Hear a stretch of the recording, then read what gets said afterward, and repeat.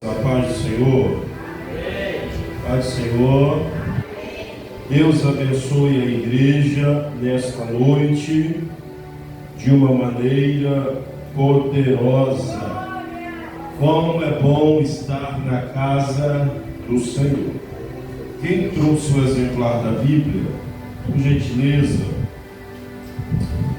e vamos fazer uso do livro do profeta Jeremias.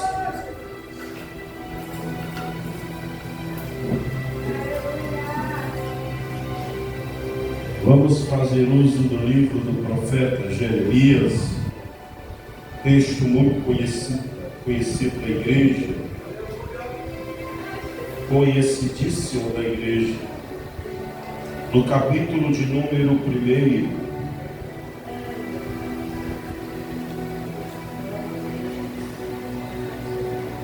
Quem ama servir a Jesus aí, diga eu. Glória a Deus. Tá bom, irmãos?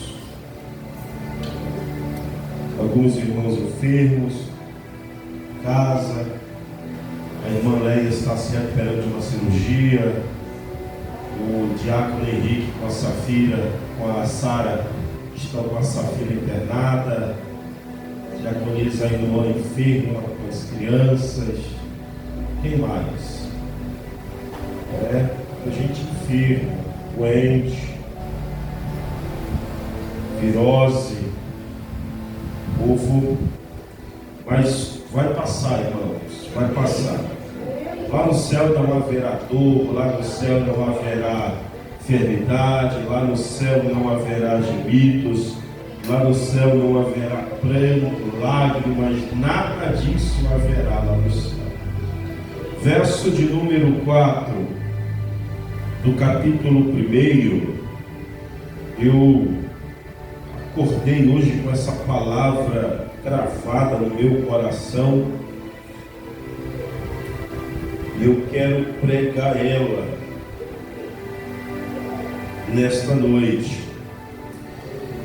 A mim me veio, pois, a palavra do Senhor dizendo: antes que eu te formasse no ventre materno, eu te conheci, e antes que saísses da madre, te consagrei e te constituí profeta às nações. Então lhe disse eu: ah, Senhor Deus, eis que não sei falar, porque não passo de uma criança. Mas o Senhor me disse: não digas, não passo de uma criança, porque a todos a quem eu te enviar, irás, e tudo quanto eu te mandar, falarás. Verso 8, e eu encerro, diz assim: não temas diante deles, porque eu sou contigo para te livrar, diz o Senhor. Pode tomar o seu assento. Meus irmãos, hoje, todos os dias, nós somos atacados 24 horas por dia. Nós somos bombardeados 24 horas por dia no campo da nossa mente. Porque o adversário das nossas almas, ele sabe que se ele dominar a nossa mente, ele domina absolutamente tudo em nós. Se o inimigo dominar os nossos pensamentos, os nossos sentimentos e as nossas emoções, ele dominará o nosso corpo, dominará as nossas ações e será dono das consequências de tudo o que nós fizermos na nossa vida. É por isso que o escritor vai dizer para que nós venhamos renovar, guardar a nossa mente, sermos transformados na renovação do nosso entendimento, para que nós possamos experimentar qual seja a boa, perfeita e agradável vontade de Deus.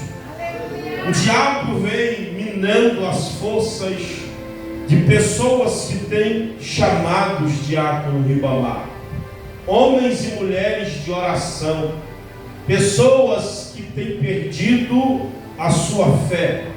Quantas pessoas têm perdido a sua fé em Deus, nas palavras que Deus disse, nas mensagens que já foram apregoadas, nas canções que outrora foram entoadas. Às vezes nós caímos na contradição daquilo mesmo que nós pregamos. Às vezes nós falamos que a porta vai abrir, quando nem quem fala que a porta vai abrir acredita mais que ela se abrirá de fato.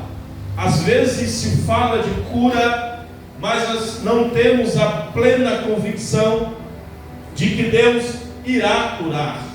Falamos de libertação, mas às vezes a guerra na nossa mente, de Diaconisa Silvânia, não permite mais que nós acreditemos que Deus de fato vai libertar. O que é isso, pastor? O diabo está minando o Diácono Ribamar, a fé de alguns irmãos, a fé de algumas pessoas. Se nós formos observar hoje, muitos cristãos se criticam, eles questionam-se entre si acerca das doutrinas, acerca dos pensamentos. Um pensa de um jeito, e pelo fato de alguém pensar diferente, quem pensa diferente está errado, está condenado. Nós mesmos condenamos os nossos irmãos, nós mesmos condenamos aqueles que estão caminhando na fé conosco. A Bíblia nos diz para que nós não venhamos ser demasiadamente santos, porque até o excesso da santidade se torna pecado. Nós começamos a enxergar defeito em tudo e em todos os seres humanos. E, pasmem os senhores e as senhoras, o povo cristão é o povo que mais se degradia nas redes sociais. Isso é uma grande evidência.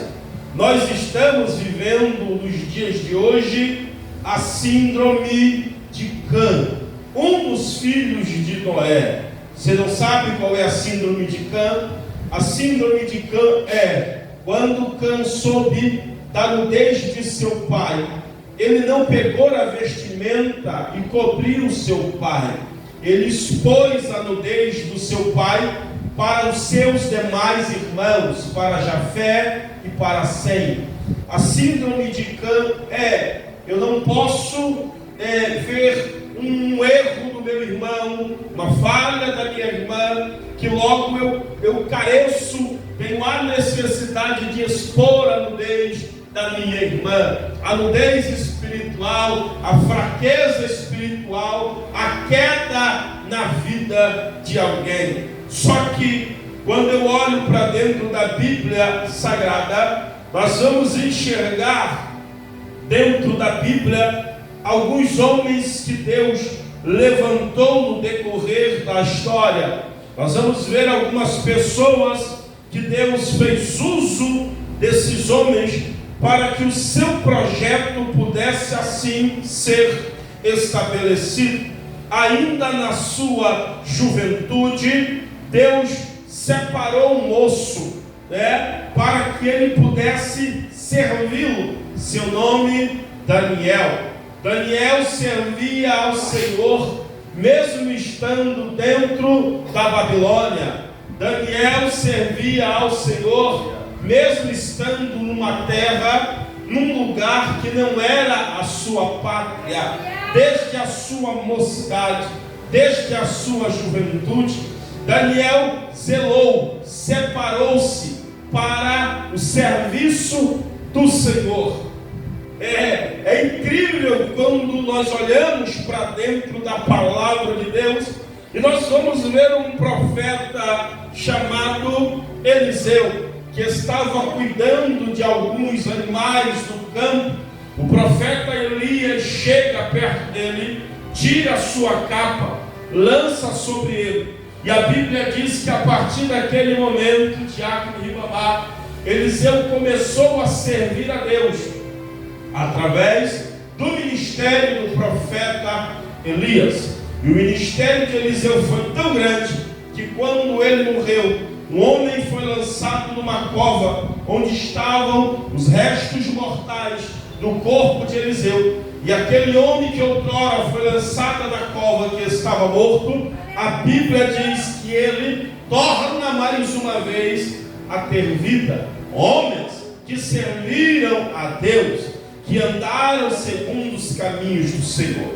No texto que nós acabamos de ler, no livro do profeta Jeremias, no capítulo de número 1, Jeremias, ele é um moço, criado, ensinado, educado, doutrinado, pedagogicamente, para ser um sacerdote, para seguir a linha sacerdotal do seu pai, dos seus antepassados, da sua família, porque essa ou esse era o ofício que lhe seria atribuído por linhagem sacerdotal. Só que em determinado tempo, Deus olha para a sua nação, entende que a nação não precisa de mais um sacerdote, porque a função do sacerdote era ouvir as causas do povo e levar diante de Deus, interceder pelo povo, sacrificar holocausto pelo povo, orar pelo povo, se colocar na brecha pelo povo. Por quê, pastor? Porque o povo estava se rebelando de tempo em tempos contra Deus. Então Deus resolve quebrar essa linhagem sacerdotal da vida de Jeremias e separa ele para que ele seja profeta, para que ele seja uma voz profética no meio do povo do Senhor. Eu acredito que Jeremias já tinha um pensamento, uma linhagem de pensamento acerca do seu ministério sacerdotal dentro da sua pátria, no meio do seu povo. Eu acredito que ele já sabia todos os rituais que deveria ser feito por intermédio dele dentro do templo para ou por causa do povo. Só que Deus entende que o povo não precisa falar, o povo não precisa mais se expressar, o povo não precisa mais se achegar, o povo está precisando ouvir a voz de Deus, ouvir a voz do Senhor. E essa é uma das nossas grandes dificuldades, de ouvir a voz do Senhor. Então Deus resolve separar Jeremias para o ofício profético.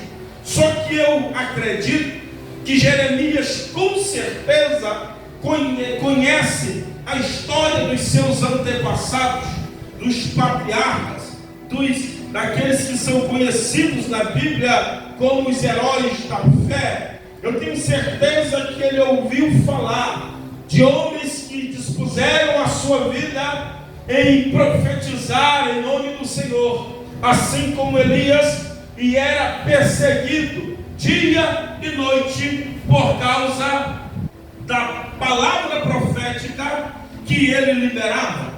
Eu tenho certeza que talvez ele ouviu falar sobre uma mulher chamada Débora, que era profetisa e que profetizava debaixo das palmeiras, e a sua vida era estar em guerra. Eu tenho certeza que ele ouviu falar de Moisés, que além de ser um grande profeta, era amigo de Deus, e mesmo sendo líder de um povo, dia e noite o povo desacreditava dele, murmurava, caluniava, e muitas das vezes questionavam, dizendo: por que é que esse homem nos tirou do Egito para que nós morrêssemos no deserto? Será que não tinha sepulcro suficiente no Egito para que nós fôssemos enterrados. Até os irmãos de Moisés duvidaram, questionaram, dizendo: por que é que Deus fala com Moisés e não fala conosco? Por que é que Deus fala com ele e não fala com a gente? Eu tenho certeza que Jeremias ouviu todas essas histórias do seu povo, dos seus antepassados. Então, quando Deus fala com Jeremias, eu imagino o diácono Ribamar que ele tem um susto. Por que, pastor? Porque o sacerdote chegava e oferecia para Deus. O sacerdote chegava e sacrificava para Deus. O sacerdote chegava e levantava o holocausto para o Senhor. Eu imagino que quando Jeremias chega para ofertar o sacrifício, quando Jeremias chega para uma conjectura minha, para orar pelo povo, eu imagino que Deus interrompe a oração de Jeremias e diz: Jeremias, hoje você não vai falar, hoje você vai ouvir. Hoje eu não quero ouvir do povo, hoje o povo precisa ouvir a minha voz. Nesse dia, tudo muda na vida de Jeremias, porque ele entrou para falar e saiu com seu coração cheio das palavras do Senhor. E o que é que Jeremias ouve, pastor? Jeremias ouve Deus dizendo o seguinte: Jeremias, antes que eu te formasse no ventre materno, eu te conheci. E antes que saísse da madre, te consagrei. E te constituí profeta às nações. Deus está dizendo para Jeremias que o plano do Senhor, que tinha sido elaborado para a vida dele, estava acontecendo exatamente do jeito que Deus planejou, diaconisa, do jeito que Deus traçou. Tudo estava acontecendo na vida de Jeremias. Então, Jeremias tem uma resposta para o que Deus está falando para ele. Jeremias tem uma resposta para o que Deus está colocando dentro do seu coração. Qual é a resposta de Jeremias, pregador? Jeremias diz o seguinte: Senhor, Senhor Deus, eis que não sei falar, porque não passo de uma criança. Essa é a resposta, diaconisa Arlene, que Jeremias vai dar para Deus. Jeremias vai dizer: eu não estou preparado, eu não estou apto para o ministério profético. Eu tenho certeza que se Jeremias precisasse assumir o ministério sacerdotal, ele iria assumir o ministério sacerdotal. Por quê?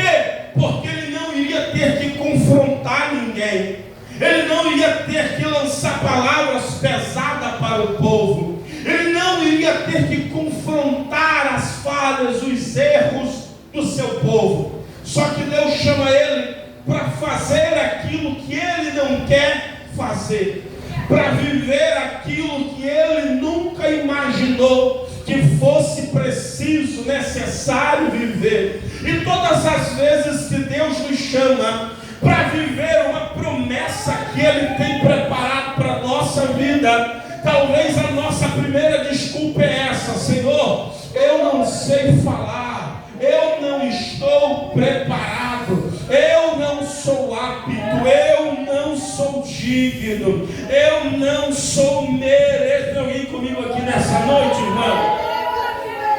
Eu não sou merecedor, e mais, eu não passo de uma criança. Jeremias, ele tem um título, na verdade ele tem dois títulos dentro do seu ministério. O primeiro ministério, o primeiro título que ele tem dentro do seu ministério é o título de profeta. Ele é chamado a partir de agora de profeta. Ele é chamado a partir de agora de um homem de Deus, um mensageiro de Deus. O segundo título que é atribuído a Jeremias é o profeta chorão. Jeremias é conhecido dentro do contexto bíblico, diácono Ribamar, como profeta chorando. Por que, pastor? Nós vamos ver isso quando lemos o livro de Lamentações de Jeremias. Algumas das palavras que estão inseridas, parece que Jeremias está profetizando contra a sua vontade. Parece que Jeremias está liberando a palavra sem um desejo de liberar aquela palavra, porque no seu coração ele corre o risco de ferir alguém, no seu coração ele corre o risco de magoar alguém, no seu coração ele corre o risco de machucar o coraçãozinho de alguém. Só que Jeremias está respaldado por aquilo que Deus fala para ele. E o que é que Deus fala para ele? Deus disse para ele: não te preocupa, nada do que você quer falar, você vai falar. Nada do que você quer dizer, você vai dizer. Como assim, Senhor? Eu colocarei as palavras na tua boca. Eu colocarei as palavras na sua boca. Sabe o que é, irmãos? Hoje eu olho para esse texto e eu posso compreender o chamado de Jeremias.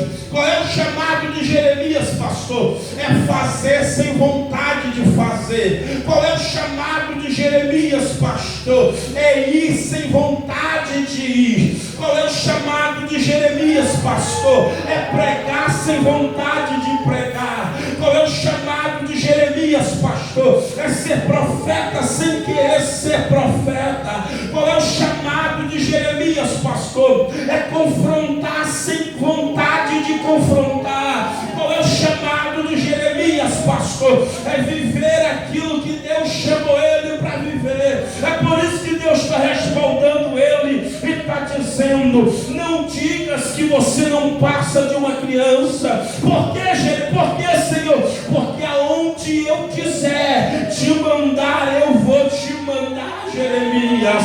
Vai ter lugar que você não vai querer ir, mas por obediência à minha palavra você vai. Vai ter lugar que você não vai querer pisar, mas por obediência à minha palavra você vai colocar as plantas do seu pé. Vai ter palavra que você não vai querer falar, mas por obediência à minha palavra você vai abrir a boca.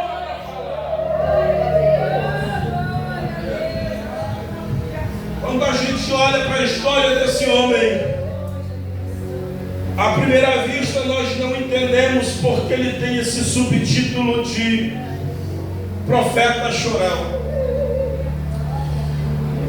E eu sei que tem fases na nossa vida que nós estamos associados na mesma posição em que Jeremias está, diácono Ribamar. Porque quando a gente quer fazer alguma coisa, a gente levanta cedo, toma banho, troca de roupa, se organiza tudo, a gente para cá, ajeita para ali e vai. Mas quando chega aquele dia que Deus disse vai, a gente não quer ir. Quando chega o dia que Deus disse fala, e a gente não quer falar. Quando chega o dia que Deus diz prega, e a gente não quer pregar.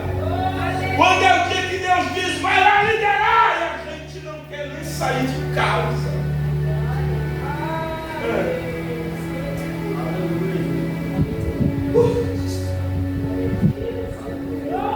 A sinceridade do coração de Jeremias é muito grande.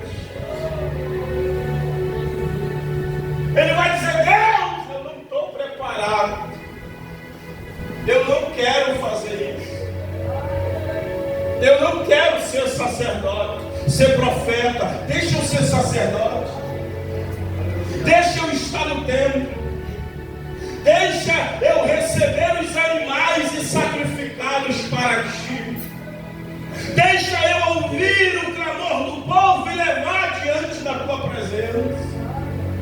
E Deus disse: não, eu preciso levantar alguém para levar minha voz para o povo. Eu preciso levantar alguém para ser a minha voz no meio dessa geração corrupta. Eu preciso levantar alguém para ser a minha voz no meio dos homens. Eu vou repetir mais uma vez aqui para alguém que veio aqui nessa noite. Eu não sei qual é a posição que você deseja no reino do Senhor. Mas entenda uma coisa, que às vezes Deus vai nos confrontar a viver aquilo que a gente não quer viver.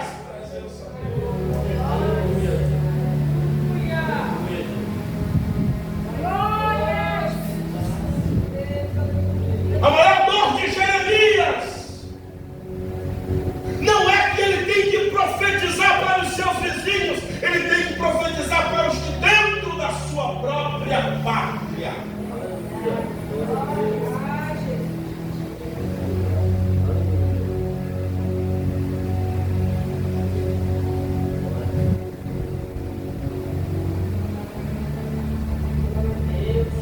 Imagine Jeremias profetizando: ó Jerusalém, assim diz o Senhor. Seu coração ele não quer falar, mas o Espírito vem tomar conta dele. E quando o Espírito toma conta dele, ele precisa falar.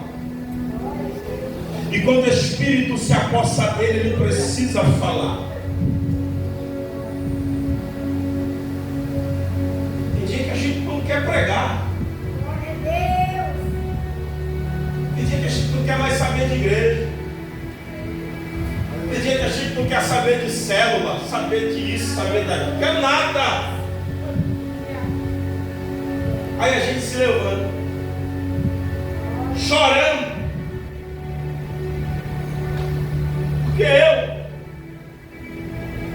Porque eu imagino quantas vezes Jeremias olhou para Deus e disse: por que eu? Minha vida está tão organizada, por que eu? Minha vida está uma bênção, por que eu? Eu estou vivendo tranquilo, Deus, por que eu? Eu não sei falar, eu não sei me expressar, eu não sei para onde ir. Jeremias, te acalma, porque você só vai falar o que eu mandar, e você só vai pisar onde eu te levar. E todos nós passamos por essa fase da nossa vida, do nosso ministério. É a fase das indagações. Tem gente que está na igreja e se preparou tanto só para cantar. Eu vou só cantar e de repente Deus coloca uma liderança na tua mão. Não, eu vou só congregar e de repente Deus te chama para o arado, para você colocar as mãos no arado. E aí a gente olha as dificuldades e diz: Deus, por que eu? Glória a Deus. Aí você vai se lembrar desse texto. Você só vai falar o que eu te mandar. Você só vai para onde eu mandar. Você vai viver o que eu chamar você para viver. Você só vai fazer o que eu chamar você para fazer. Tem hora que a gente não entende, irmão. Tem hora que a gente não entende. Tem hora que a gente não aceita. Tem horas que a gente não quer. Tem horas que a gente não admite Tiago, Ribamar e Verias. Eu acordei com essa palavra hoje, meu coração acelerado com essa palavra. Se Deus, o que é isso? Que palavra é essa? Que mistério é esse? Que revelação é essa? Que direcionamento é esse? A gente pode dar para Deus todas as desculpas que a gente quiser. A gente pode ensaiar para Deus o melhor discurso, o discurso mais afinado que a gente tiver. Mas Deus sempre vai dizer: antes que eu te formasse, eu já te conhecia. Antes que você saísse da madre, eu já tinha te consagrado. Antes de tudo, você já tinha sido separado.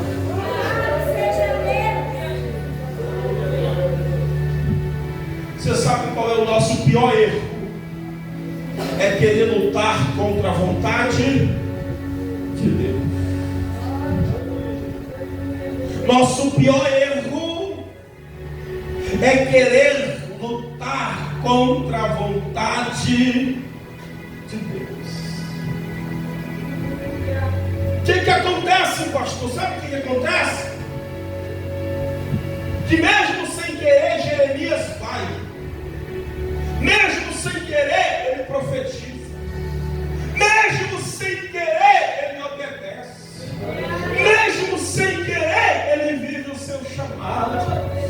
Ele está chorando, mas está com as mãos levantadas e profetizando.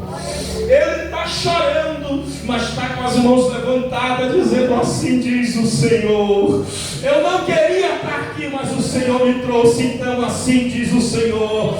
Eu não queria viver isso, mas Ele me escolheu para isso, então assim diz o Senhor. Eu não queria estar nessa posição, mas Ele me colocou. Então, ó Jerusalém, assim diz o Senhor. Não lute contra o que Deus tem para a sua vida.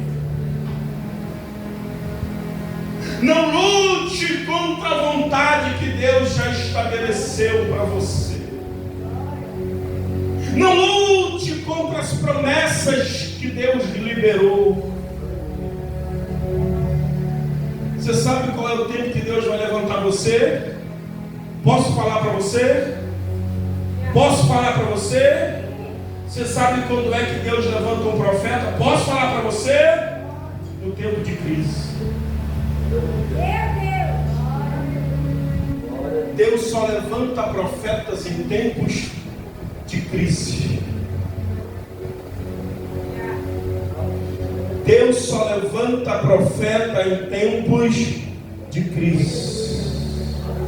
Eu vou repetir mais uma vez: Deus só levanta profetas em tempos de crise. Qual é o tempo que você está atravessando? Pastor, eu estou bem, então fica na tua. Pastor, eu estou numa guerra. É hora do céu levantar você. Se prepara, porque o céu tem uma palavra liberada para o seu coração. Eu não quero mais, mas mesmo chorando você vai fazer. Eu não aguento mais, mas mesmo chorando você vai obedecer. Vai ter dia que você vai dizer: Deus, chega! Mas a chamada é mais forte. A palavra arde mais da tua alma.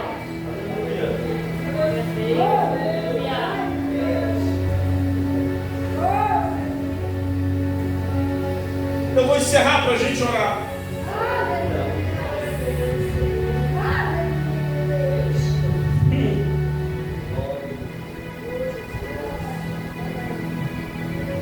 Verso 8, eu já vou encerrar. Deus sela o chamado de Jeremias. Sabe como é que Deus sela o chamado de Jeremias? Deus sela o chamado de Jeremias dizendo: não temas diante deles, porque eu sou contigo para te livrar, diz o Senhor. Para te livrar. Eu nunca vi profeta andar de bando, diácono. Irmãos, a vida de quem serve a Deus, entenda uma coisa: a vida de quem serve a Deus, na sua maior parte do tempo, será uma vida solitária. Você e Deus e as tuas lutas. Às vezes você não vai poder contar com muita gente. Às vezes você não vai ter amigos. Porque às vezes os amigos que se têm,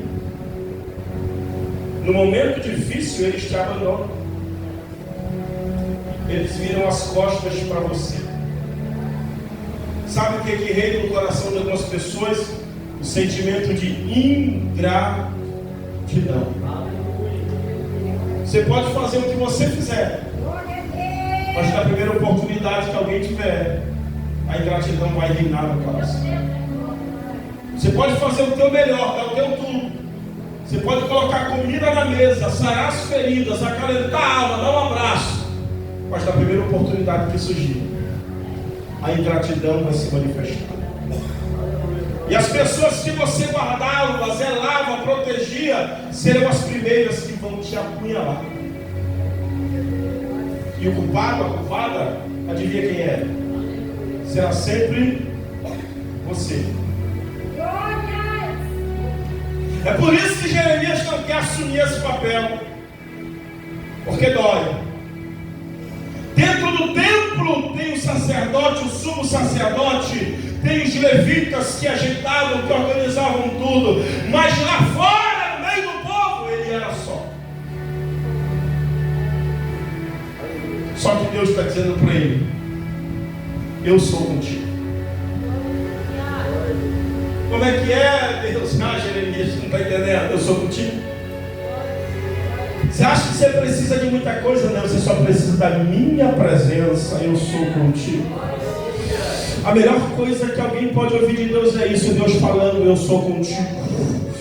A melhor coisa que alguém pode ouvir de Deus é isso: eu sou contigo. Diácono Ribamar, o senhor pode ser o meu melhor amigo, mas no dia que o senhor me magoar, eu viro as costas para o senhor. Mas quando Deus disser, eu estou contigo, no dia que a gente magoar Deus, Deus não vai nos desamparar. Deus não vai virar as costas para mim. Deus não vai virar as costas para você. Entenda uma coisa, que o que você precisa hoje, sair daqui com a certeza, é de que tem uma palavra liberada, não para você, mas uma palavra que foi liberada na eternidade, onde o céu assume um compromisso e uma responsabilidade de dizer: eu sou contigo para te guardar, para te livrar. Eu sou contigo.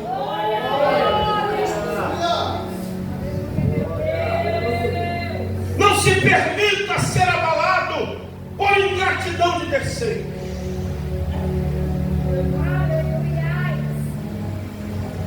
Por quê, pastor? Porque nós às vezes somos assim também com Jesus. Jesus fez o que fez, faz o que faz, e às vezes nós também somos ingratos com Ele.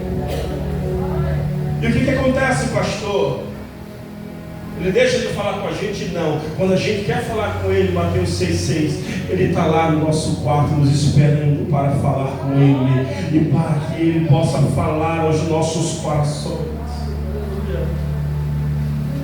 Ministério é isso.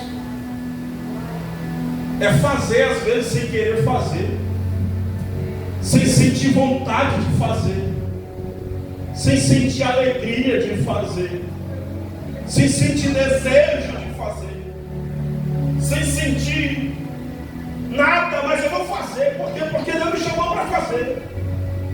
Eu vou viver isso porque Deus me chamou para viver isso. Eu tenho todas as desculpas do mundo para não estar aqui pregando hoje. Ah, pastor, porque pessoas isso, pessoas. Eu teria todas as desculpas do mundo para não estar no altar ministrando a palavra de Deus. Sabe o que você precisa ter? A certeza de que quem te escolheu foi o Senhor. De que quem te chamou foi o Senhor. De que quem te separou foi o Senhor. De que quem te ungiu, ele disse: Jeremias, antes que tu fosse formado na madre, eu já te conhecia. Não era o teu pai, Jeremias, era eu já te conhecia. Não era tua mãe, não era teu amigo, eu já te conhecia. E eu tenho mais, Jeremias, antes que você nascesse, eu já tinha te consagrado. Quando você sabe e tem a certeza de quem te chamou,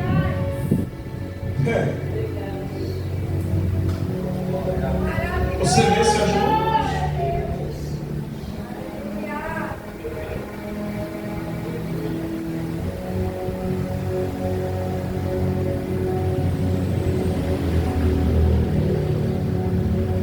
Você vence as crises.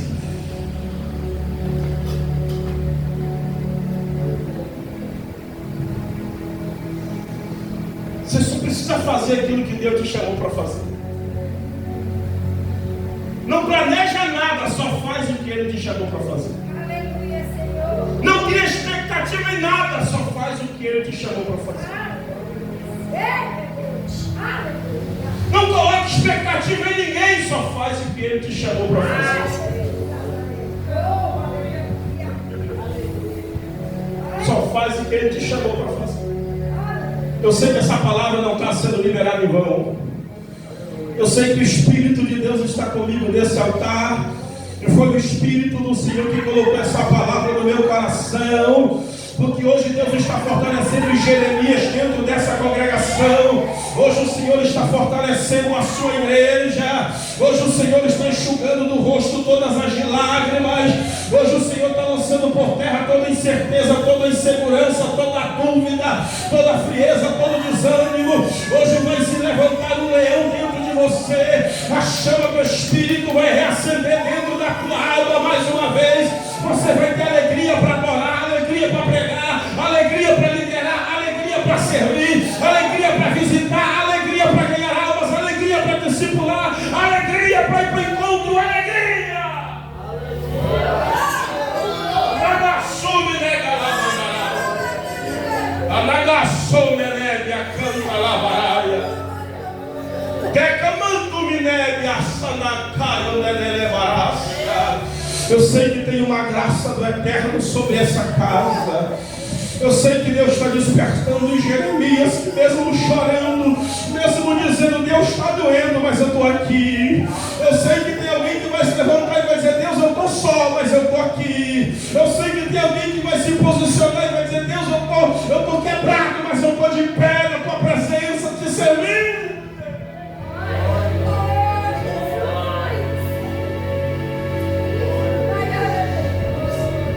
A tristeza que você sente hoje, Elias sentiu dizendo, Deus, eu quero morrer.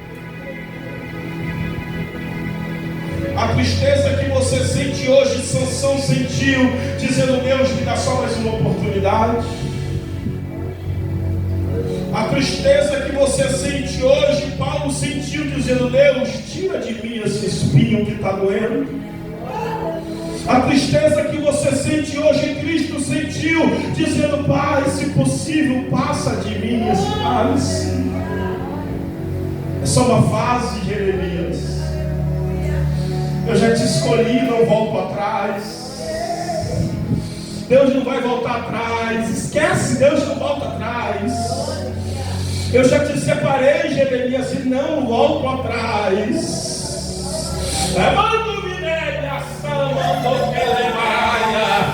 Tem uma graça do Eterno dentro dessa casa. Tem uma gota de azeite que desce no meio dessa casa nessa noite. E o general está descendo com renovo no meio do seu povo. Ei, andada, sobre dele paraia. Tu me cai, andada, sobre dele canta lavarácia. Eu te santifiquei. Eu já te consagrei, eu já te escolhi, eu estou contigo, eu vou colocar as palavras na tua boca, eu vou te incendiar mais uma vez, eu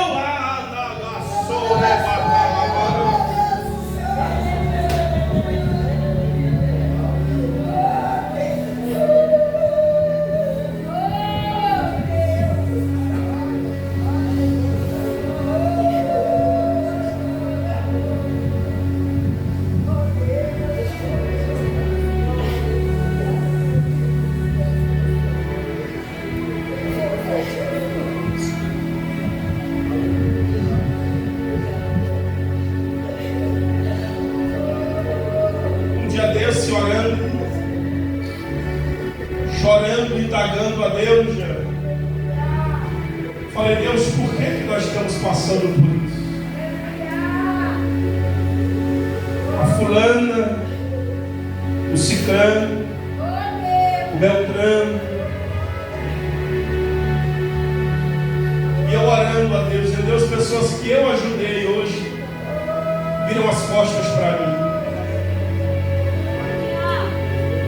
Pessoas que eu coloquei comida na mesa, que eu dei remédio para sarar as enfermidades.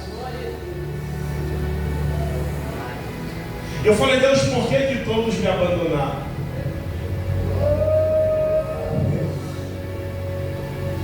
E eu fiquei em silêncio por alguns minutos tentando ouvir Deus. E Deus disse para mim, eu não te abandonei, eu não te desamparei. E Deus disse para mim: o que eu tenho contigo é contigo. O que eu tenho contigo não está associado a mais ninguém, é contigo. O que eu tenho para fazer através de ti, eu não preciso de fulano, de ciclano, eu preciso de você no prumo. Preciso de você de pé. Preciso de você posicionado.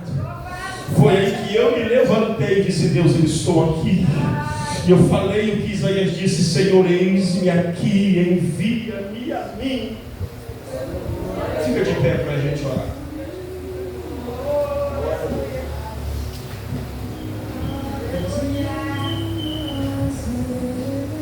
Fica de pé para a gente orar.